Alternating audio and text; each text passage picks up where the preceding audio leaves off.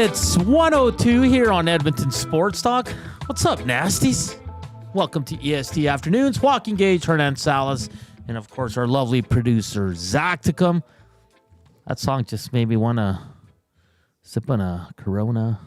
Coronas? Or whatever. You sip on just about anything right now. I don't know. The beer fridge seems a little full over there. We might need to start crushing. Might need to lighten it up a bit. Zach, can you put my headphones up, please? I'm sorry. Jeez. There we go. Thank you so much. Great tune to come in on a Friday. Oilers coming off a 4-2 win in Nashville last night. Today on the show, 1:20, Shawn Belle from Hello Hockey will join us. He's in Vancouver right now. What's he doing there? He's doing, I think, a showcase or something like that.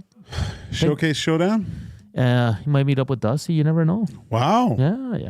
Man, must be nice. I couldn't leave within like a 5-mile radius when I had 2 kids. 140, Gager's boss and overall funny guy, Ken Tilley, will join us in studio once again for some financials and some Oiler talk. And at 2:20, we'll go to Dallas, talk to Shawn Shapiro, and get a good sense of the Dallas Stars, who were 4-1, dropped their first game last night. Their power play is just absolutely, it's worse than the Oilers, Gager. We're going to get to all that today here on EST Afternoons. Of course, if you'd like to listen to us, hit us up on EdmontonSportsTalk.com, TuneIn Radio, iHeartRadio, or watch us on the EST YouTube channel. Of course, every day we're coming to you live from the William Huff Studios here in the west end of the city. You want to chat with us? Hit us up on the Nasty Chat on YouTube or text us 780-218-9999. Let's get those thumbs up rolling. They were a little low yesterday. Let's get them up. We got the keyword as well coming up in the second hour, the EST Flyaway to LA, which is presented by the 780. So thumbs up. We've got to get to 100 to close out the week. We have to.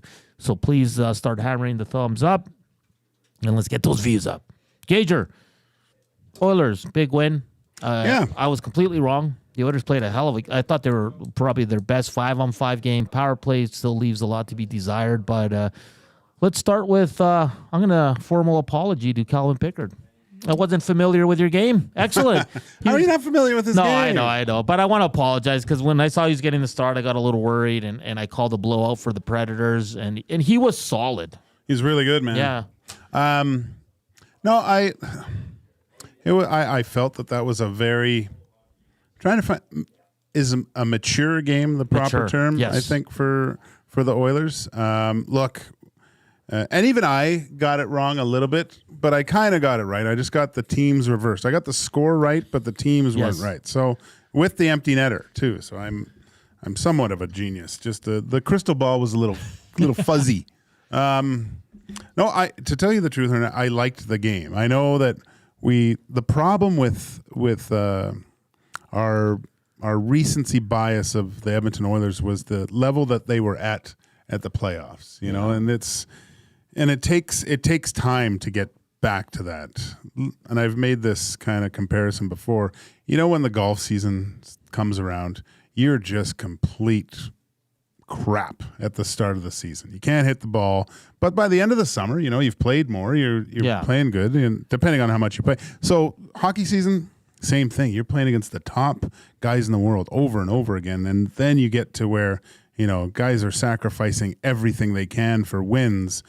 The level of hockey is just so high. But it does take a season to get back to that kind of real intense level. But I thought, for the most part, aside from, you know, there's still a few wheels that need tightening on this in this car, but for the most part, I felt that was a very solid game from the Edmonton Oilers, going into a hostile environment, a team that, you know, was hungry for anything to happen, and they asserted their dominance on the Nashville Predators, which they've been able to do over the past few seasons. I made this comment yesterday on the post-game show.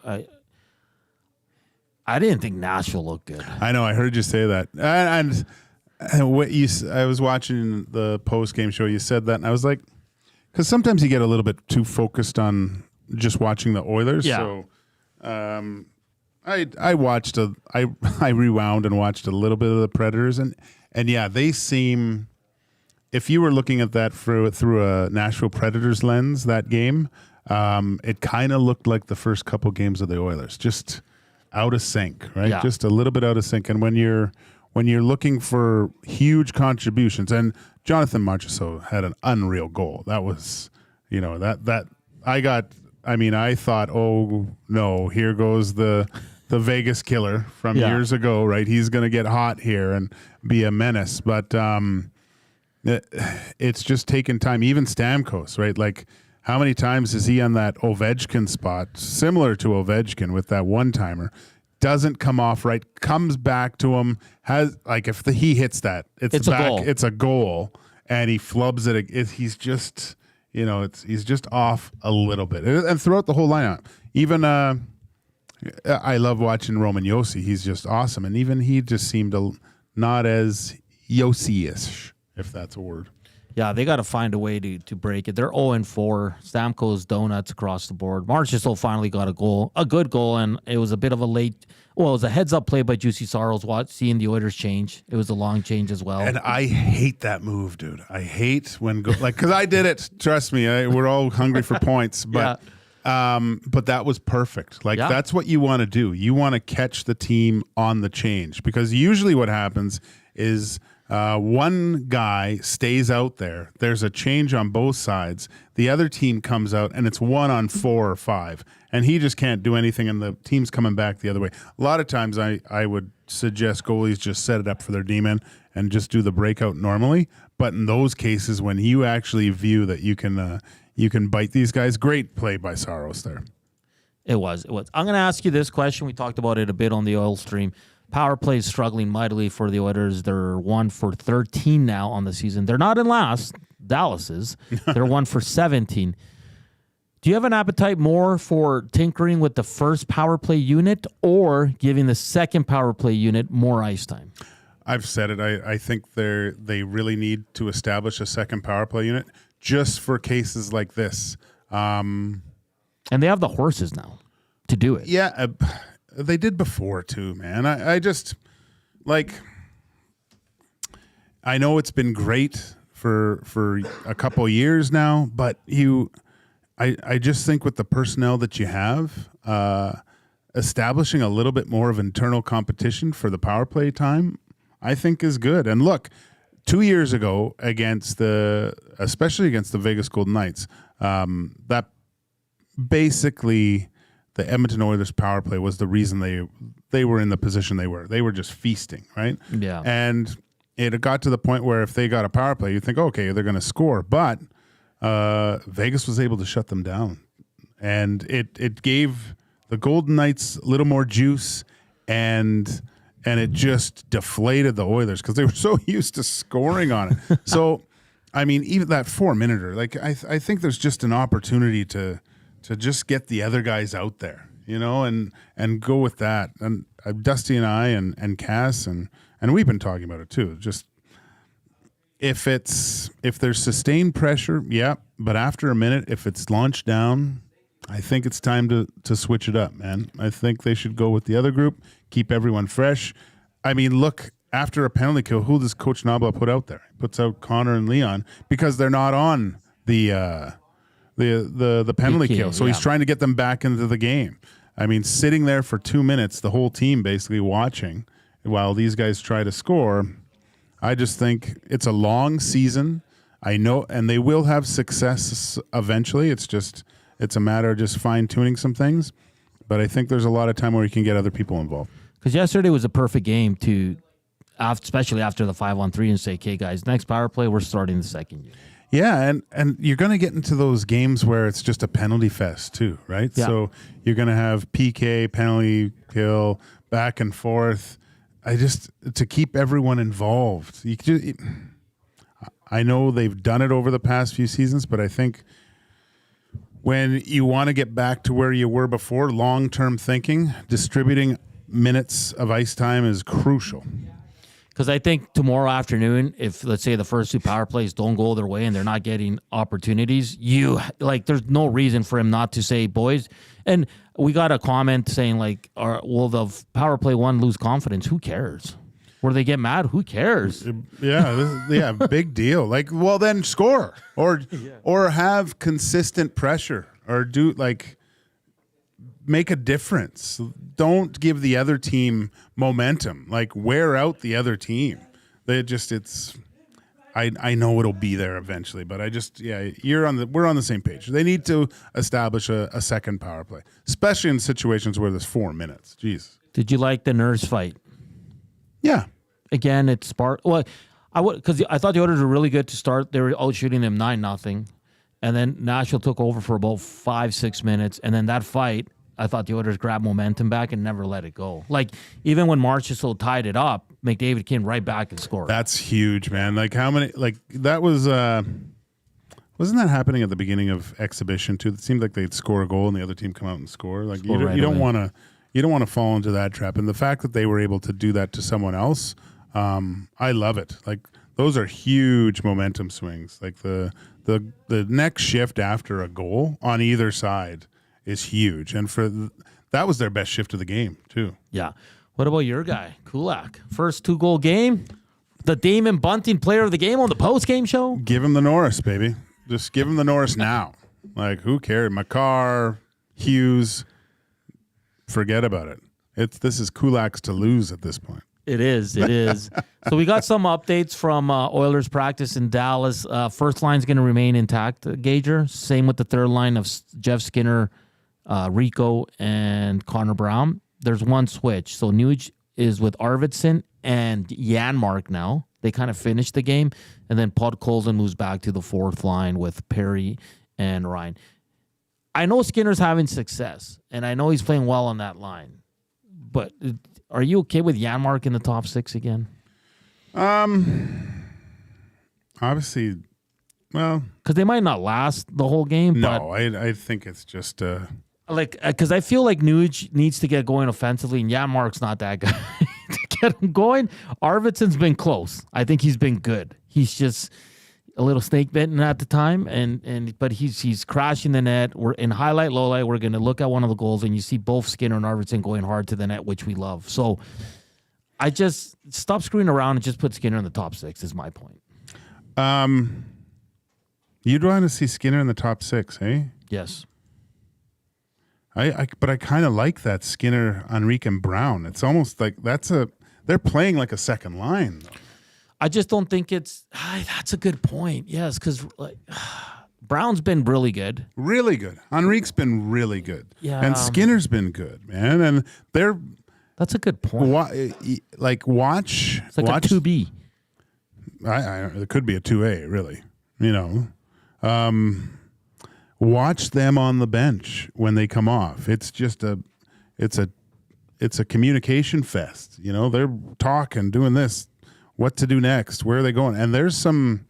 You're talking about chemistry and finding something. You found something with these guys. I think yesterday we even said, now that these guys have actually had some success, and let these guys find that. I don't know, let it simmer. Let these guys cook for a while, because they are not playing like a third line.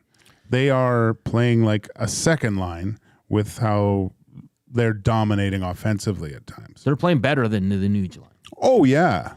C-Ran says, don't wreck the chemistry. And I agree, but I don't like that Nuge line it's almost not doing anything. So you have Nuge with Arvidsson and Podkolzin? No, with Janmark. With Janmark up there at practice? Okay, so Podkolzin moves back with Ryan and Perry. Podkolzin can scoot pretty good, right? So that's why he was probably up there. Janmark. I didn't even put Perry there, and I know he's right wing, but Perry's been awesome this year. I don't think you do that. I think Perry always starts on the fourth line and then just gets inserted into different spots throughout the game, right? What a toe drag, and it would have been great if he could have hit Skinner on the back door there. That would have been the highlight in highlights, lowlights later on today. But I don't mind Janmark's game either, buddy. Like Ramsey Bolton is playing well, and look, you have that should be a responsible, good, hard-working line with Nuge down the middle. Janmark and Arvidsson, two responsible wingers. Arvidsson's a buzzsaw. Janmark, although he's not the fleetest of foot, has been able to, it seems, we talked about just the puck movement. Yeah. Things are going well there.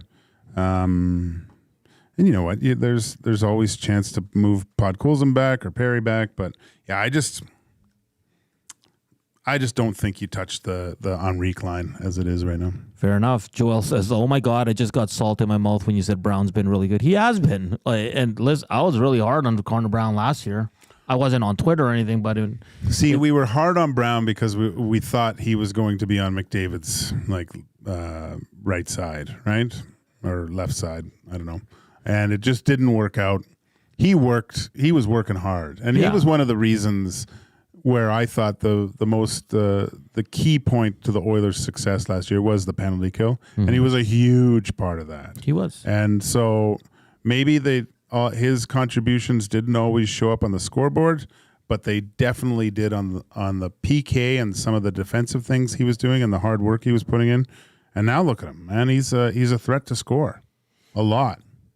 I think Corey Perry, Jeff Skinner, and Connor Brown have been the best forwards through 5 games. Perry, Brown, Henrique, and Skinner have been the best forwards. Yeah, yes. Henrique, too. Good one. We got to get to break here. So we're going to bring in former NHLer, co-host on Hello Hockey Show here on Saturdays from 10 to noon. An overall good guy. But first, VR Montenegro says, yes, too many beers in a fridge will eventually cause damage to the ecosystem. Thin the herd. And X-Ray J says, just crack-a-lack, my first beer of the day. Well, cheers, boys. Enjoy Friday. Enjoy the weekend. It's going to be a busy one with the Oilers in action tomorrow. And, of course, next week, I think they got 3 games. The Elks finish off their season on Friday as well. But coming up next, Shawn Belle from Hello Hockey here on EST Afternoons with Joaquin Gage and Hernan Salas.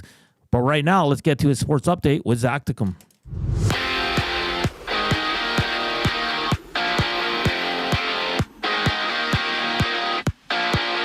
3 games in the NHL with the Ducks visiting the Avs, the Jets battling the Sharks, and the Hurricanes going at it against the Pens. CFL Week 20 kicks off when the Hamilton Tiger Cats host the Calgary Stampeders. And in the NFL, Nick Chubb will make his return to the Cleveland Browns for the first time in over a year after undergoing multiple knee surgeries, while Jacoby Myers is questionable for Sunday's game for the Raiders, and James Cook of the Bills looks to be back in the lineup when Buffalo plays Tennessee.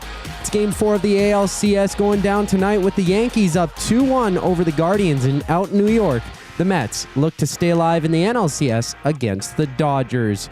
Just after the break, Shawn Belle joins Hernan Salas and Joaquin Gage. I'm Zachary Kubusch, keeping you up with the latest.